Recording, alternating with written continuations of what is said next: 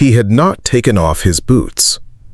Sometime around 2 in the morning on April 9, 1865, Robert Edward Lee sat in the dark near the village of Appomattox Court House, Virginia, still dressed, still booted, like a man who understood that sleep was a luxury the situation could no longer afford him. He was 58 years old. His hair and beard had gone entirely white. His heart, according to his own physicians, was already giving out, a condition that had been quietly worrying him since late 1863. And outside the tent where he sat with his thoughts, what remained of the Army of Northern Virginia was curled against the cold, most of them too hungry to sleep soundly, their cartridge boxes nearly empty, their horses pulling at grass that had already been grazed down to the soil. The math had become merciless. Lee commanded fewer than 28,000 men who could still carry a rifle. Grant had roughly 130,000 soldiers closing in from multiple directions. Philip Sheridan's cavalry had raced ahead and planted itself across the road west, the one remaining line of retreat. James Longstreet, the general Lee trusted more than any other man alive, was holding off pursuing Federal forces from behind. The army was in a box, and every hour made the box smaller. What Lee was weighing in those dark hours wasn't really whether the end had arrived. He already knew it had. What he was weighing was whether there was any honorable alternative to what he was about to do. He considered the possibility of dispersing the army, letting the men scatter into the hills and fight on as guerrillas. Some of his subordinates had quietly raised this idea. He turned it over in his mind and set it aside, not because it couldn't be done, but because of what it would mean. A guerrilla war would not defeat the Union. It would only extend the suffering of people in both the South and the North who had already endured it for 4 years. And it would transform his soldiers, men he considered the finest he had ever known, into fugitives. He would not do that to them. He had already held a council of war earlier that night, around midnight, gathered with Longstreet, Gordon, and Fitz Lee, his cavalry commander and nephew, in the dark near the road. The options they discussed were largely theoretical. Gordon said his men had perhaps one serious attack left in them if they were going to fight their way out at dawn. Longstreet estimated he could hold the rear for a while, but not indefinitely. Fitz Lee reported his cavalry was exhausted and reduced. They went around the circle, and the conclusion was the same from every direction. If the road west had been blocked only by cavalry, a breakout was possible. If it had been blocked by infantry, it was not.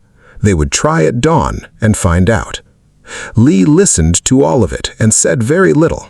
He had a quality that his officers had noticed throughout the war, an ability to hear bad news without the room changing temperature around him, which had the effect of keeping other men steadier than they might otherwise have been. He thanked them, and they dispersed back to their commands. He sat with what they had told him and waited for morning. Shortly before dawn, he dictated a note to Ulysses Grant, requesting a meeting. Then he did something that stopped the men who saw it cold. He dressed. Not in field clothes, not in the working attire of a general who had spent 4 years sleeping in camps and eating whatever could be foraged. He put on his finest gray uniform, the one that had been kept for occasions, not marches. He buckled on a sword with a gilded hilt that had been a gift. He wrapped a red silk sash around his waist. He pulled on his best leather gauntlets. Colonel Charles Marshall, his aide, watched him do this and finally asked why. Lee's answer was simple and devastating. He said that if he was going to be General Grant's prisoner, he intended to look the part. That sentence tells you everything about the man's psychology in that moment. There was no performance in it, no vanity in the theatrical sense. It was the response of a man who long understood that dignity and defeat are not mutually exclusive, and who intended to walk into one of the worst moments of his life with every outward marker of composure he could manage. He could not control what had happened. He could control how he met it. The last battle of the Army of Northern Virginia opened at first light. General John Gordon's infantry, positioned at the front of what had been an attempted westward breakout, pushed against the Federal cavalry blocking the road. For a short, breathless window, it almost worked. Gordon's men drove the cavalry back, and for a few minutes there was open road ahead of them. Men who were there later recalled feeling something strange lift in their chests. Not quite hope, but the ghost of it. Then the infantry appeared. Sheridan's cavalry had been covering for 2 corps of Federal foot soldiers who were now pouring into position on the ridgeline. The open road disappeared behind a wall of blue uniforms. Gordon sent a rider to Lee with a message that has since passed into the language of military history for its bleak economy of words. Gordon reported that he had fought his corps to a frazzle and that he could do nothing unless Longstreet could help him.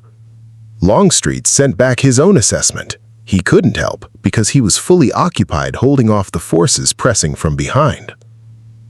Lee received these messages while sitting on Traveler, his gray horse, near a small apple orchard. He read them, and the men near him watched his face. He said quietly that there was nothing left for him to do but go see General Grant. One officer standing nearby said that he would rather die 1,000 deaths. Lee looked at him. He said he felt much the same. Then he said he had to do what he had to do. A white flag went up. The guns went quiet, first in one section, then in another, until the silence spread across the entire field like something physical. Men on both sides stood up from behind cover, blinking.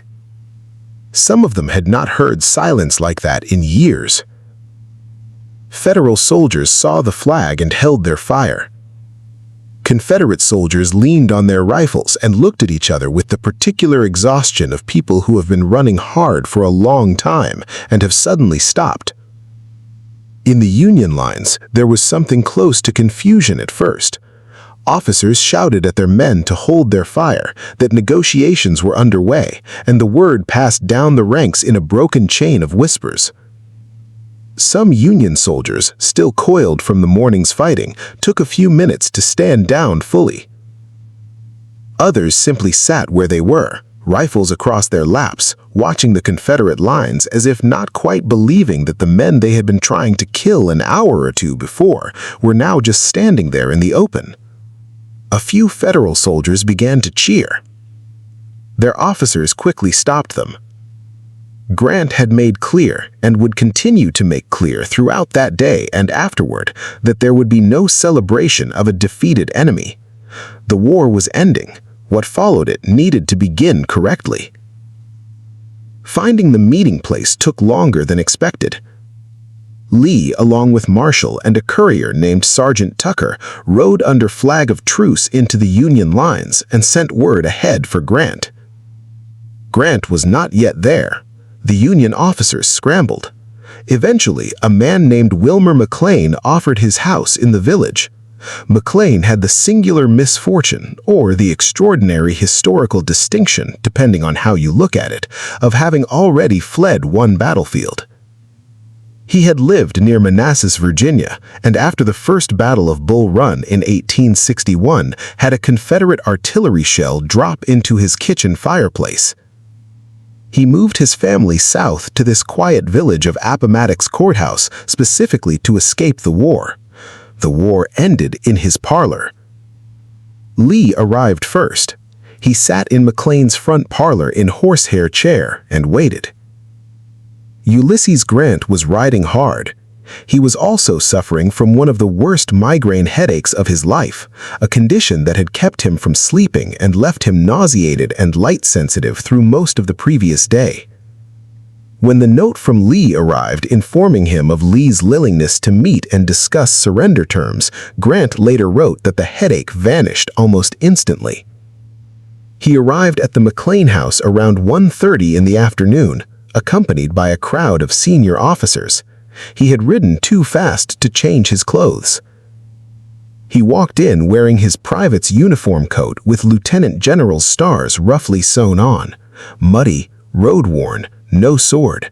He looked like a man who had come straight from the field, because he had. He and Lee shook hands. Everyone who left an account of that moment commented on the physical contrast. Lee was 6 feet tall, immaculate, composed, every inch of him arranged with the same meticulous care he had applied to his uniform that morning. Grant was 5 feet 8, covered in road mud, his uniform creased from days of hard riding. Lee looked like the victor. Grant looked like the man who had chased him across 6 counties. The room was crowded with Union generals and staff officers, many of whom had never expected to see this day, and now were pressing in to witness it. The two men talked briefly about Mexico, where both had served as young officers in 1847. Grant remembered meeting Lee during that war. Lee politely acknowledged the meeting, but confessed he did not recall Grant's face, a frank admission that was either an honest lapse of memory or a quiet piece of social grace, depending on whom you believe. Grant later wrote that he was uncomfortable with how the conversation went, aware that Lee had not come to reminisce about Mexico. He said he felt sad and depressed at the downfall of a foe who had fought so long and so valiantly. Lee brought it back to the point. He said he had come to learn what terms General Grant proposed to offer. Grant said he had already stated his terms in his most recent letter. Lee asked him to write them out formally.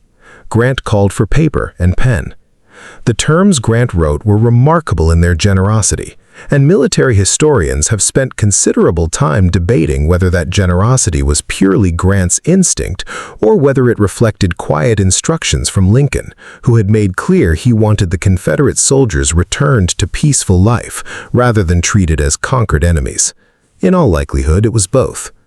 Grant wrote that officers and men, once paroled and surrendered, would be allowed to return home without interference by federal authority, as long as they observed their paroles and local laws.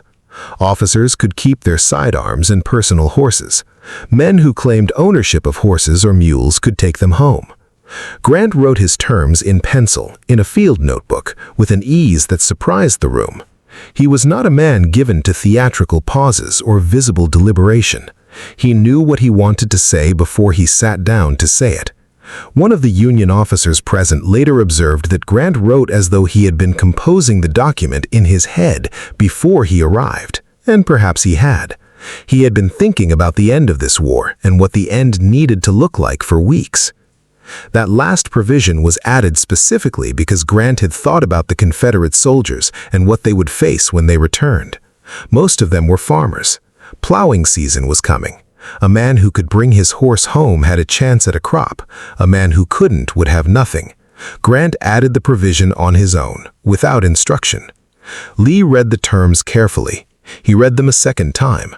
Then he looked up at Grant and said that the terms would have a very happy effect upon his army. His expression had not cracked, but the men in the room noticed that when he reached the clause about horses and mules, something shifted in his face. Not emotion exactly, or at least not the kind that surfaced outwardly. More like the recognition of an unexpected kindness arriving at the worst possible moment. Lee mentioned one additional problem. His cavalrymen owned their horses privately, unlike the Union cavalry, and the terms as written didn't specifically cover them. Grant said he had not noticed that distinction, and rather than rewrite the orders, he told Lee that any Confederate soldier who claimed to own his horse could take it home. Lee thanked him. There was the practical matter of rations. Lee mentioned that his men had been without food for several days. Grant immediately ordered 25,000 rations sent to the Confederate lines. The signing took perhaps 20 minutes. When Lee stood to leave, Grant walked him to the door and stood on the porch while Lee descended the steps. Lee paused on the bottom step, pulled on his gauntlets, and looked out over the yard. He struck his hands together 3 times, an absent mechanical gesture, the kind a person makes when their body is doing something automatic while their mind is somewhere else entirely. He called for Traveler. The horse was brought around. Lee gathered the reins, stepped into the saddle, and for a moment sat there, looking across the field towards his own lines. Grant and the assembled Union officers removed their hats. Lee returned the salute. Then Lee rode. What happened when he returned to his men is one of the most documented and least adequately captured events of the entire war, precisely because the people who left accounts of it were undone by what they saw and the language kept failing them. The men had known what the white flag meant. They had known since the guns went quiet. But knowing and seeing their general ride back through them were two different things. They came out from wherever they had been sitting and standing and waiting. They pressed toward the road. Some of them reached out to touch Traveler as the horse walked past, or to grab at Lee's boots, or to simply put a hand against his leg. Others stood back and watched. Grown men who had walked through Antietam and the Wilderness and Cold Harbor were weeping without any apparent effort to stop. Some of them were calling his name. Some of them were calling him father. One soldier who was there wrote afterward that he had never heard the sound of men crying like that, not the crying of wounded men on a battlefield, which he had heard plenty of, but the crying of men who were not hurt and had nothing left to do. General William Mahone, a tough and unsentimental combat officer, had to turn his horse around because he found he couldn't watch. Lee rode through all of it with his hat off, head bare, trying to speak to the men closest to him, and the accounts say his voice was breaking. He told them he had done the best he could for them. He told them to go home. He retreated to his camp. He sat alone for a while, then he began to write. What he produced that evening is called General Order No. 9, his farewell address to the Army of Northern Virginia. He worked on it through several drafts, with Marshall helping refine the language. The final version was less than 300 words. He told his soldiers that they had been compelled to yield to overwhelming numbers and resources. He told them that they had maintained their courage and dedication under extreme privation. He told them that by the terms of their agreement, they would return to their homes until exchanged, paroled, or released by the proper authority. He told them to take with them the satisfaction that proceeds from the consciousness of duty faithfully performed, and he expressed his earnest prayer that a merciful God would extend to them his blessing and protection. He did not rage at the outcome. He did not craft the message as self-justification. He did not spend a single line dwelling on what might have been done differently, or who was responsible for what, or what the Confederacy had lost. He wrote to the men. He told them they had done well and they could go home. That was the letter. People sometimes ask, in the way that people always ask about Robert E. Lee, what he was really feeling that day, beneath the uniform, beneath the composure, beneath the deliberate architecture of dignity he had constructed around himself since before dawn. The question is reasonable. It may not be fully answerable. Lee was not the kind of man who externalized his interior life.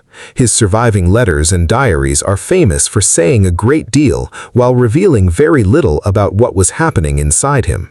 What we can say is this: he had fought for 4 years for a cause he had reservations about even as he chose it. He had turned down command of the Union Army in the weeks after Fort Sumter because he could not raise his hand against Virginia. Not, he was careful to say, because he did not feel the injustice of secession. He had written privately that he considered secession a moral error and slavery a moral evil. He had joined the Confederacy anyway, and then prosecuted the war it required with a thoroughness and skill that kept the conflict going for years beyond what most military strategists had anticipated. The cause he served and the views he privately held were not the same thing, and that gap had never fully closed. On April 9, 1865, sitting in a borrowed chair in a stranger's parlor, signing the papers that dissolved the army he had spent 4 years building, he was not a simple figure. He never had been. The men weeping along the road when he rode back to camp were not weeping for the Confederacy in the abstract. They were weeping because they had followed this specific man through the worst 4 years of their lives, and they had trusted him, and now he was riding back through them with his hat in his hand, unable to give them anything more than permission to go home.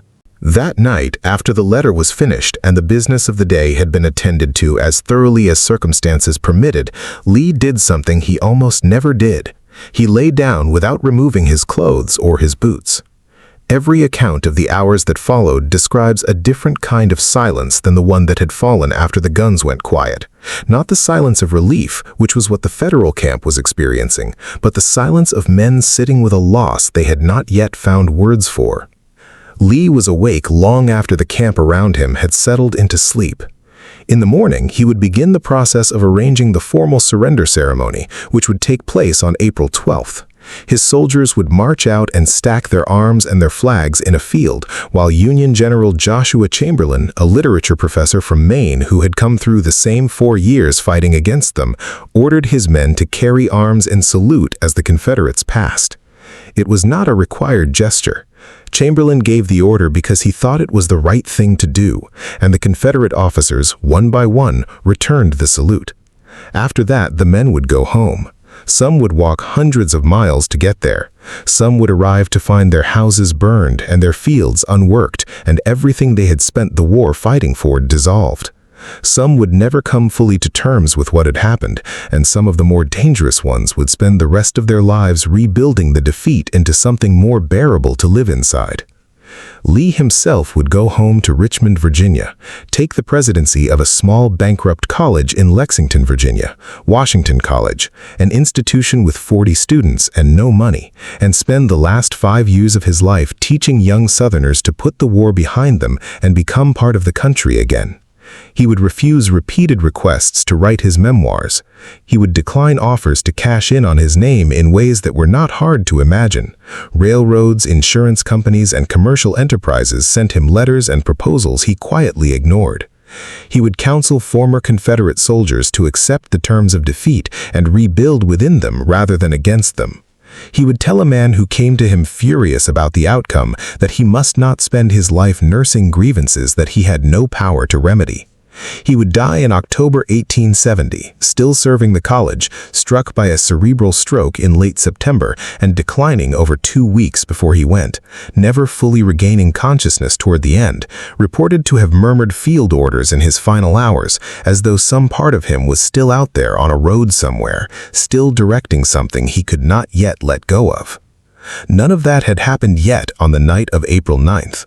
On the night of April 9th, he was a man lying in the dark in his boots, listening to an army breathe itself towards sleep around him, knowing that in the morning his signature on a piece of paper in a farmhouse parlor would stand as the end of the most consequential chapter of American history. He had helped begin it in his way. He had done everything within his power to direct its course, and now it was over.